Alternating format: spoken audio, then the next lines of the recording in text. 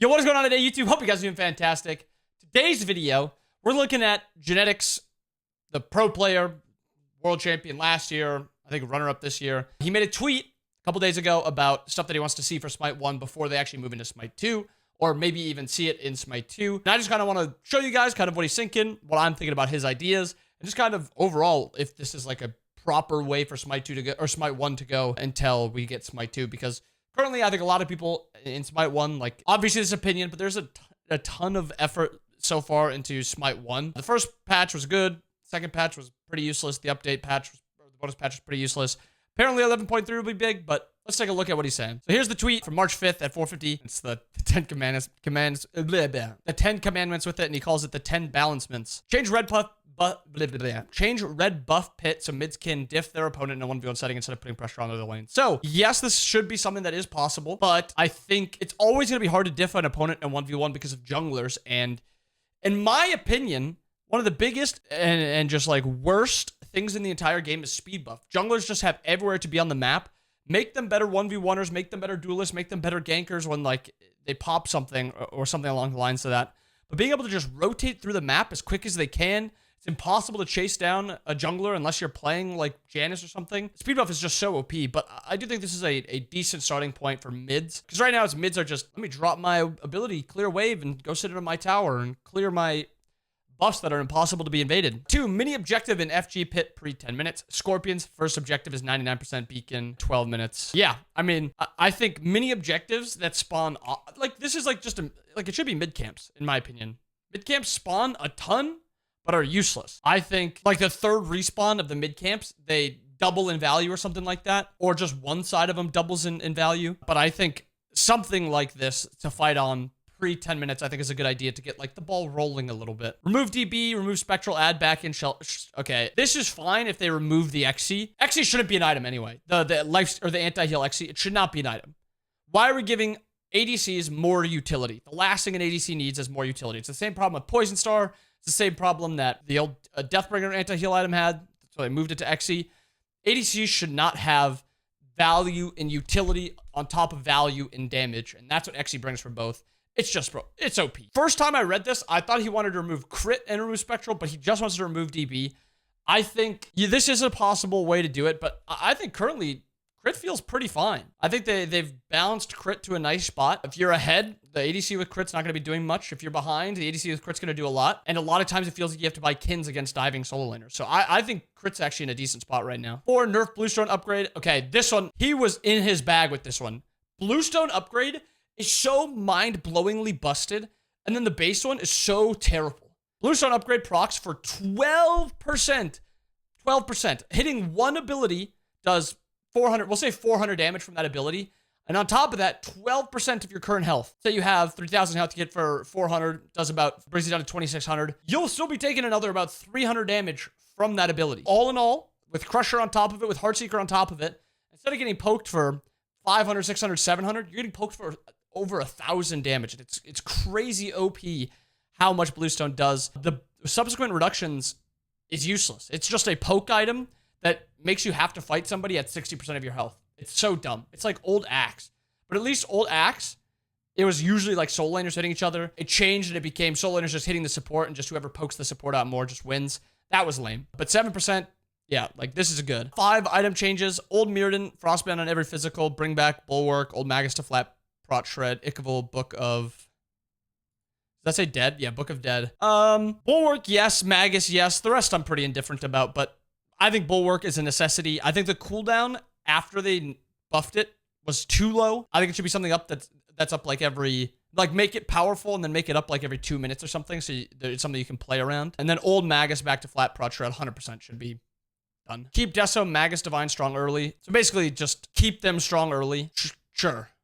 I think he means buff them so they're stronger early, which I would agree with. Keeping them strong doesn't make a ton of sense because they're all good early, but like none of them are even like the best option early game. It's just book 99% of the time. Buff all rings, nerf all magical hunter kits. Again, he's in his bag. Magical hunters are just like, they're kits. Olorun, like, let's take a look. All of these gods, we'll start with Freya. She's got 2 abilities that make her autos just do more damage. So instead of I'm autoing him, I'm doing base amount of damage. No, I'm doing an extra 200 damage every auto because of my 1 and my 2. It also makes me ranged. And this one also slows if it's by itself. Crazy. On top of that, a banish on a 15-second cooldown that just sets up your own combo. It's not even something where you have to just start throwing out 3s and 2s, and then, like, if you hit the first one, then you're good. No, you just whoop the guy and then start beating his ass. And if he tries to run away, you just run him down because you have Hasten Ring. And then Valkyrie's Discretion is an instant banish ability that allows you to move around, allows you to chase, and it allows you to avoid bursts with it. So you can ult literally anything in the game, and you will become immune to it. It's crazy OP. And then on top of this, you also get Lifesteal. What a busted kit. It should be like... Maybe this is fine, having 1 buff. This should just make your autos ranged, maybe slow. Doesn't even need extra damage. This should be on like a 45-second cooldown. This should be changed, in my opinion. And then this should be not this. This should be, I don't know, literally not this. That's what it should be, not this. Next up, Ola Run. One of the best ultimates in the game. Full stop. He was saying that making this lower, like a 20% debuff instead of a 40% debuff, if they could do that, that's sick. I also think they could make it smaller because of just how strong it is, and then this cooldown is just obnoxiously high. But then if you look at his 1, 2, 3 abilities, a 12-second cooldown of 110 base damage poke, a 40% attack speed buff that lasts 4 to 6 seconds, and then after getting that attack speed buff, you also do damage on top of it. And it's not even something where it's like, the more times you get hit by it, so like if you CC somebody and then you toss your 2 on top of it, it does more damage and ramps up. No, it's like Bluestone. With that first hit, fucks you. And then the rest of them just don't do much, and it's just like, okay, well, what's the point? I can't juke out this ability that just lands at me instantly. And then lastly, a heal that gives protections. And it also slows and knocks up the enemy if giving protections and a heal wasn't enough. And does damage. Crazy. Lastly, I think the least best, but still really strong kit that should be nerfed so you can buff the rings, Soul. Because this is absolutely busted. What an incredibly OP passive. The 1... I mean, it's good. It gets your heat up, gives you a little heal. The 2, good poke, good, decent clear, very low cooldown. The 3, a lot of survivability from it. The ult is also something that you could lower the damage with a little bit too. I think Soul's not the biggest issue, but maybe a slight nerf to Unstable Manifestation, and then buff the rings. And then Chronos, don't even nerf him. Don't even nerf him if you buff the rings. Just buff the rings. This character is so bad, so bad. 8 nerf Health Chalice. I swear. This is something that needs to happen, and it needs to happen with health pots, too. Health pots, health chalice is so busted. 750 health every time you back from health chalice, and every pot you buy in the early game. So keep in mind, let's think about this. How hard is it to die in laning phase? Nearly impossible. On top of that, usually everybody has at least 500 health in health pots. Mid laners grab 2. Soul laners grab 5, which is 1,250. Supports grab 5. ADCs grab 2, 3. Junglers grab 2. Like, it's not even like you can whittle someone down and then kill them or like trade pots kind of okay. You have to trade so hard just to be able to get the pots out just to punish. It's lame. Not just health chalice. Nerf health pots down to 200. Second late game objective, similar to League, Drake concept, something. I agree. We've talked about this before on YouTube, on my Twitch. I don't know entirely where to go with this. Just something that means, yo, let's not fight at this fire giant. They have a stronger team fight. Let's send maybe 3 there and we'll have 2 do this objective on the other side of the map.